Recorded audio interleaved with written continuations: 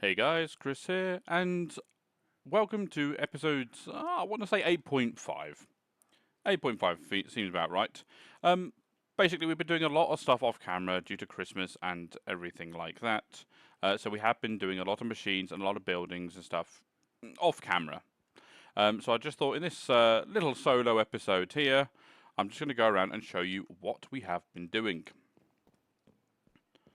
So obviously this is our first house. Obviously we built this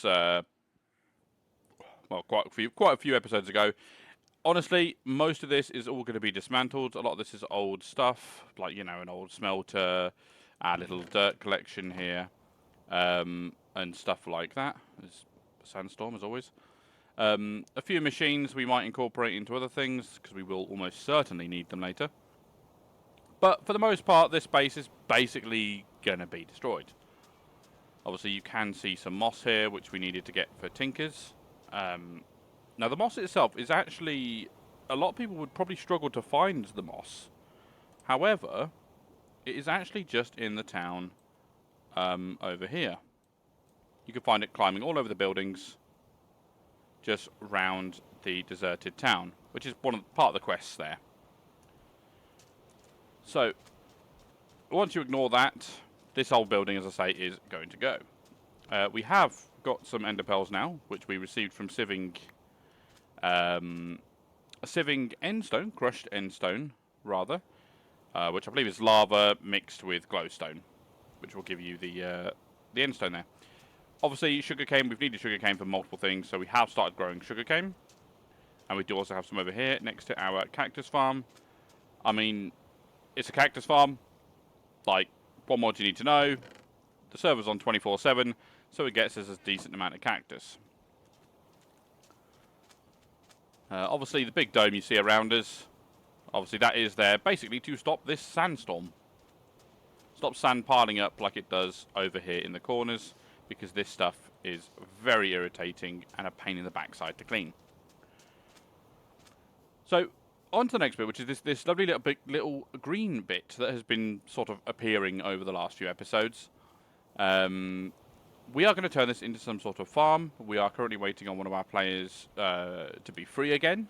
Unfortunately, she's quite busy, so she hasn't always had the time. But this will be her farm.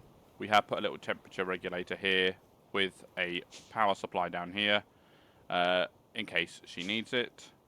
And we have spent all of our emeralds from our various machines to buy an absolute butt ton of seeds. I believe this is every seed in the game. Not sure, honestly. And that's from the... Well, not that market, but this market here, which is literally just some wool, emeralds, and wood to make.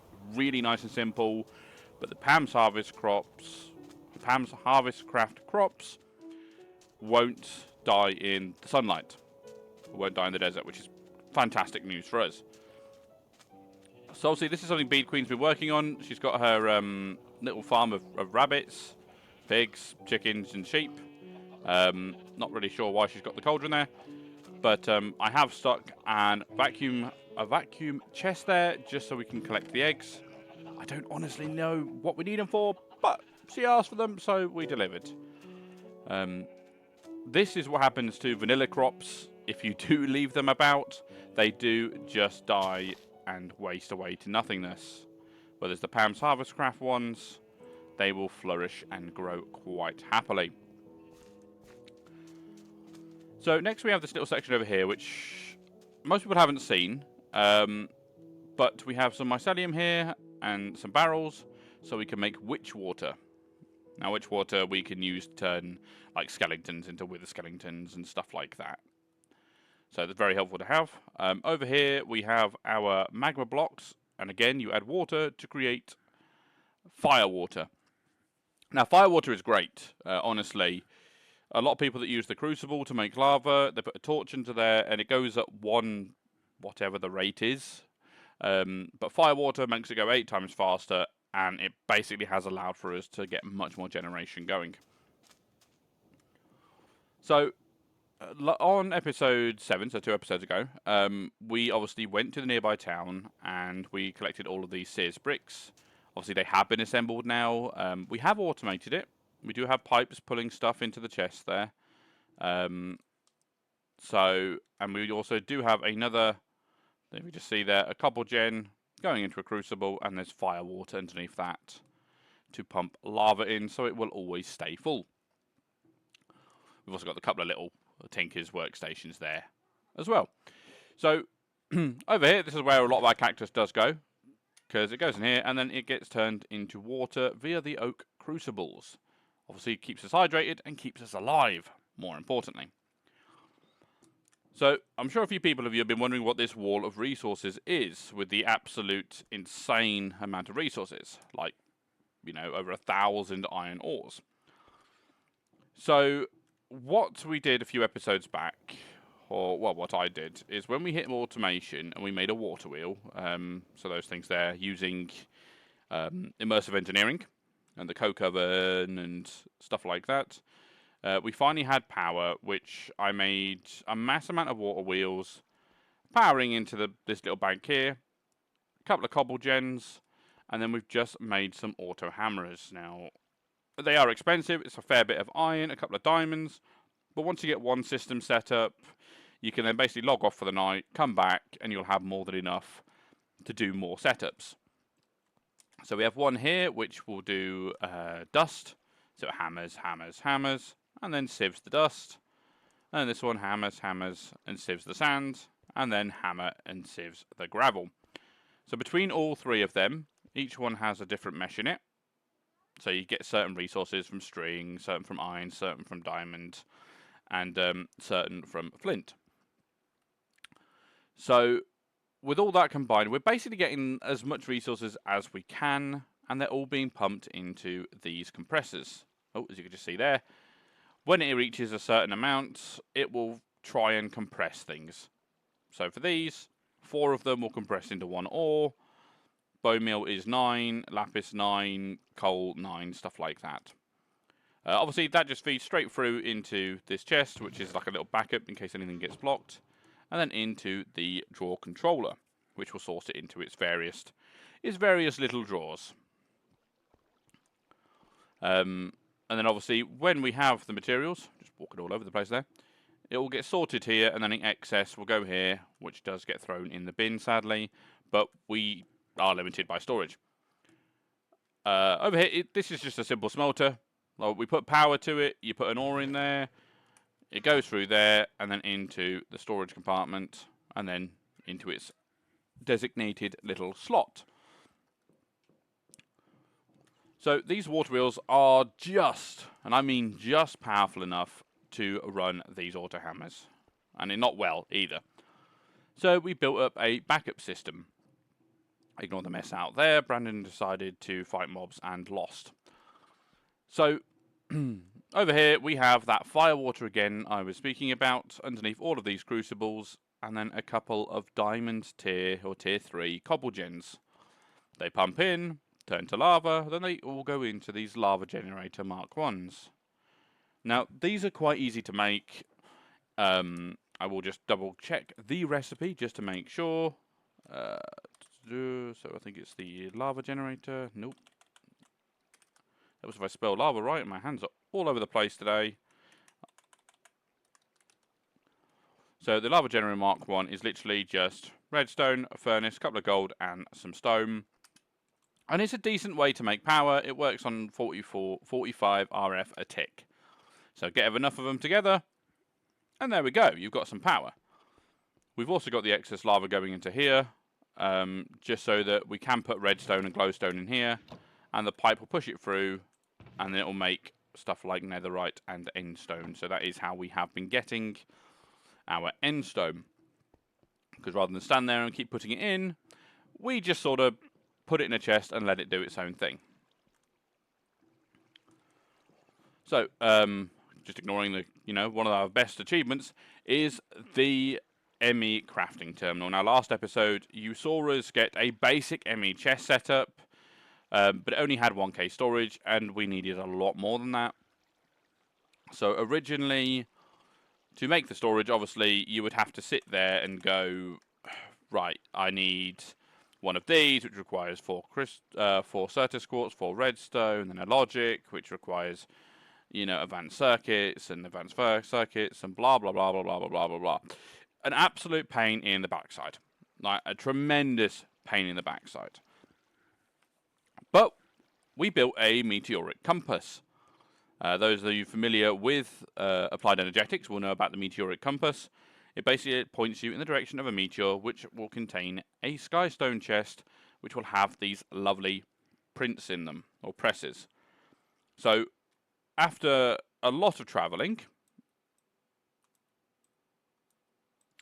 we found this little location here, directly east, which was absolutely filled with mobs, absolutely horrendous, dangerous as anything. We were hopefully going to try and record that. However, the lag and the server was not having any of it.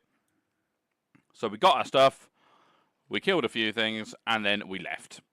Like, plain and simple, you know, we apologise for not being able to record that. I'm sure a lot of people would have found it interesting. I very much advise, if you are playing this mod pack, to go there. There is so much cool stuff there. Most of it useless, but cool stuff nonetheless. But I would recommend going there if you wanted to build the storage computer. We have got the ME interface here, and I've just got a little golden chest there, and a little one, which you probably can't see because I don't think it's loaded in. There we go, just over there, where you can put stuff in, and it will go into the computer. So we've covered resources, we've covered power. The next bit is this other wall here, which contains ores. So while we were looking into the computer, we realised we needed Certus quartz, which it wasn't getting us. So we built the Void Ore Miner. Yeah, I've got the name right. Void Ore Miner. Now this is hooked up to our power supply, and this just slowly generates as ores. It's not particularly fast. I think it's like 1 every 120 seconds. But the thing is the server's on 24/7, so obviously when we log on every week, we have plenty of materials to play around with. And that again gets sorted into the same system, into the storage drawers up here. Oh no, up there. And then sorted into its spots.